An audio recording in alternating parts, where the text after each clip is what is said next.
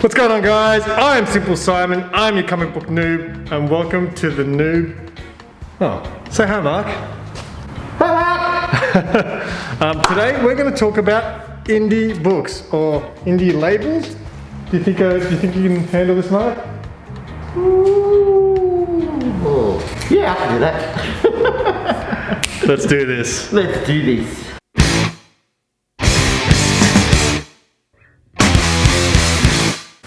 What's your first memory of an indie, like what's the first indie title you remember getting into? Oh man. I'd say it'd be Image. Oh yeah, it'd be like Spawn.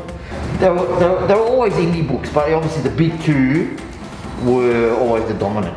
Obviously that's why they're called the big two. So when Image turned up with these indie superheroes, people would jump on you because they're great artists, great writers, but it was basically a big FU to the big two. You know, say you're not the your two companies ain't the shit.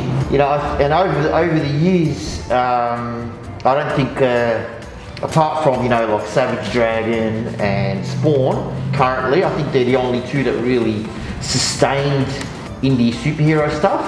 Mm-hmm. Everything else sort of just fell away. Yeah, because I heard. So you said you got into, so you were into Spawn when it came. Yeah, I've got the first 100 issues. You got the first issue.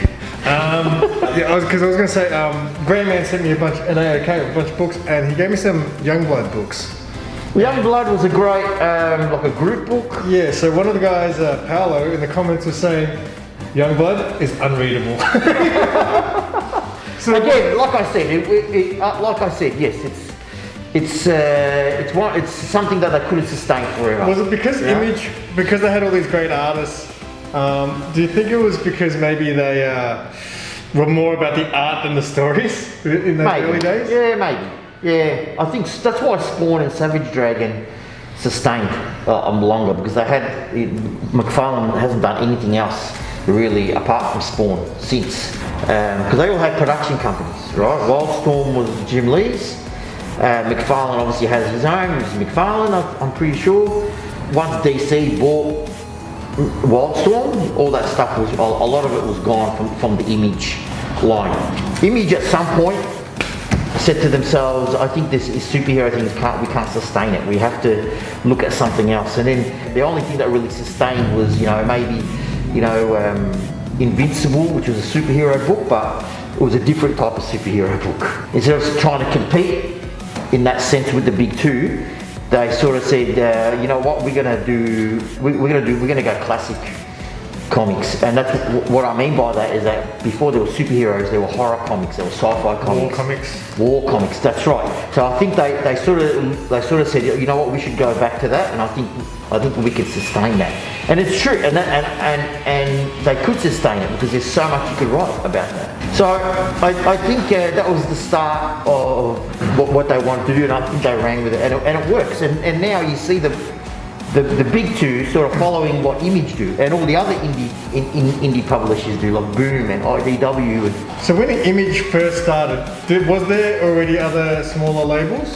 Dark Horse. Dark Horse was already around. No, I don't think so. I was just going to say, did Image really start a trend for other companies to give it a crack? Oh, 100%. They absolutely showed people the way.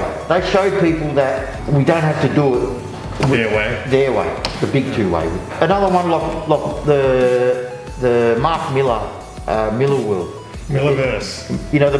Mark Miller had a production company like everyone else, and Netflix comes along, buys his production company, and bang, now Netflix owns Miller World. And so that's what I mean by production company. As soon as he sold that production company, he started releasing a lot of his content.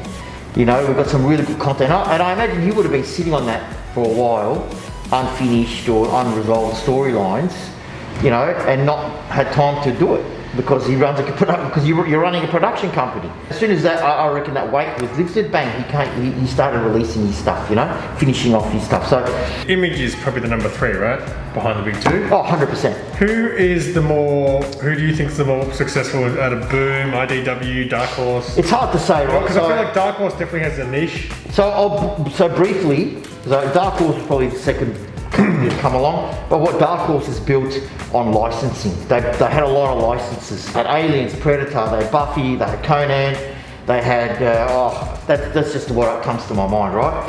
And they built a lot of their company on those licenses.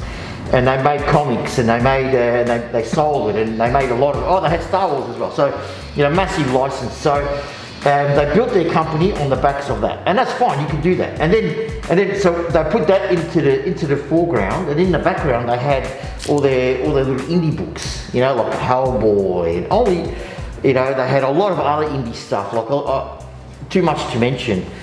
But a lot of it was never well known because it was always in the background. So slowly, they've been building slowly they were building the indie universe. Now that they've lost all their licensing, except for a couple, obviously, Final Fantasy, some of the game stuff, indie stuff is coming to the foreground now.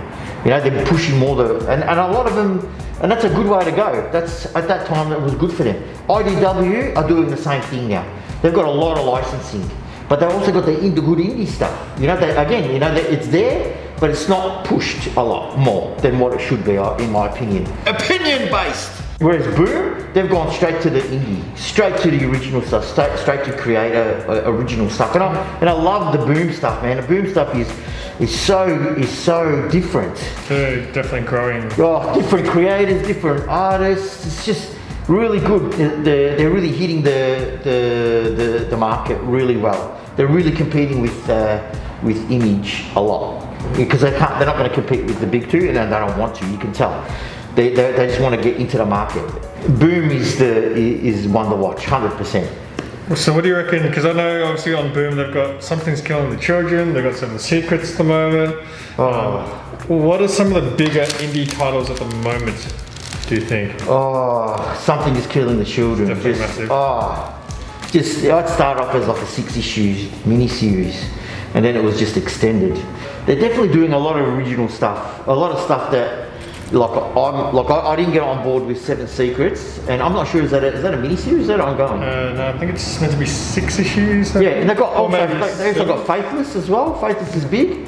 It's different. It's filling a niche as well. Azzarello is a great writer, so that was a good pickup. And I like what they're doing, but I also like what IDW do. Yeah, especially with their Star Trek stuff. Not that I'm not a massive Star Trek fan, but I love what they're doing with the original stuff. And their wacky crossovers. Yeah, they're wacky crossovers. I love the Image. I love the IDW wacky crossovers because that's why we love comics. Because you would never get that anywhere else, not in a movie, maybe in a cartoon, maybe not, but definitely not in a movie. So comics is that's why I love comics and stuff like that. Wacky, My Little Pony Transformer shit. It's awesome. Transformer and Back to the Future. I mean, come on, man. You gotta love it. We'll see what happens now that Marvel have the 20th Century Fox titles, like Predator and Alien. And we'll see what happens in the Marvel universe if they ever bring them over. Do you have a favourite indie title? Oh, mate. At the moment? Or throughout all of it? Of all time. Of all time. I can't. I haven't got a favourite. I love them all. So what do you reckon are some of the more hotter indie titles that come out recently? So for example, We Only Find Them When They're Dead. I've heard a lot of people going on about it, and that's why it sort of intrigued me. I was like, I should check this out. Yeah, well, it intrigued me because of the title, and it intrigued me because of the cover. I've read one issue, and yeah, I like where it's going, and I love the world building. I love the idea of when creators do a world building, and the key to world building is moving the story along at the same time as you're building the world, character development, all at the same time, part of the story. And a lot of writers do that, and a lot of writers don't do that. But when there's a good book, it keeps you moving, intrigued, curious, so you keep reading it. That's the key to a really good ongoing series, in my opinion. Just a random final question, just to wrap it up. Where does Archie sit in all this? Oh, I don't know. I don't really read Archie unless there's a really good crossover, like Punisher versus Archie. that was really cool. And then there's Predator versus Archie. That's awesome as well. Because I remember Archie as a kid, and I always thought that was such a big like, because I recognised the corner box so well with the old Nintendo books, I don't Sonic read. books. That's the only time I've read Archie. Well, where do they sit in the? I mean, you know what I mean? Like, because I thought they were a big thing back in the day. Yeah, here in Australia, no, they weren't. It's not big, but you know, over in America, Archie would be like, you know, a tradition, I suppose. As Australians, we probably don't get it. You know, I think it's an American cultural thing. Other characters, they're worldwide relatable, whereas Archie, I don't think he's. But unless he does a crossover, that's really cool. Like, you know, Batman 66 and Archie. Yeah. Gotta love that. There's so many indie stuff out there, man. Like, one of the best things that DC did was the Vertigo line. Even though a lot of it isn't creator owned with Vertigo, but it was still good stuff. It was a good way to get to, as a creator, to put yourself, even give away, if you're giving away your story or your characters to Vertigo, it's a good way to get other work, you know, like pitch, I did this, I would like to come and do some work for your company. It's sort of like an interview thing, especially if it's something to have in the resume, essentially. Correct, yeah. So I mean, because, you know, Why the Last Man, absolutely fantastic book. You know, it's a Vertigo book. You know, Vertigo was owned by DC. Now there's no more Vertigo. They've shut that down. But it's a shame, you know. So much stuff came out of Vertigo. You know, there were much loved. You know, Alan Moore's Swamp Thing and 100 Bullets. Oh God, you know, Sandman. So many good stuff came out of that, and it was just amazing. Preacher. In a way, I think Image looked at that and said, you know, we can do that, but we can do it better. And now they've sort of become this whole big monster that I think even DC can't keep up with. They want creators to create their own, but they want to own it, and the creators go, no, we don't want you to own it, we want to own it.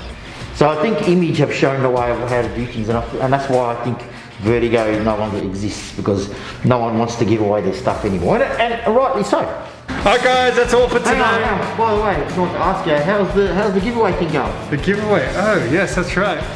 If you are new to the channel, check out the channel. I have my 500 subscriber giveaway still going, and you can win some awesome prizes, including... When does it end? It ends in December the 4th. December the 4th. December the 4th. So mark it in your diaries, huh? Mark it in your diaries, and check out what Mark has donated to that giveaway. It is a banger. A banger. A banger. That's what the kids are saying these days. Is it? Oh, really? I know. Alright guys, thank you guys for watching, and give us a thumbs up, subscribe if you're new, and say bye Mark. Bye Mark! Keep it simple.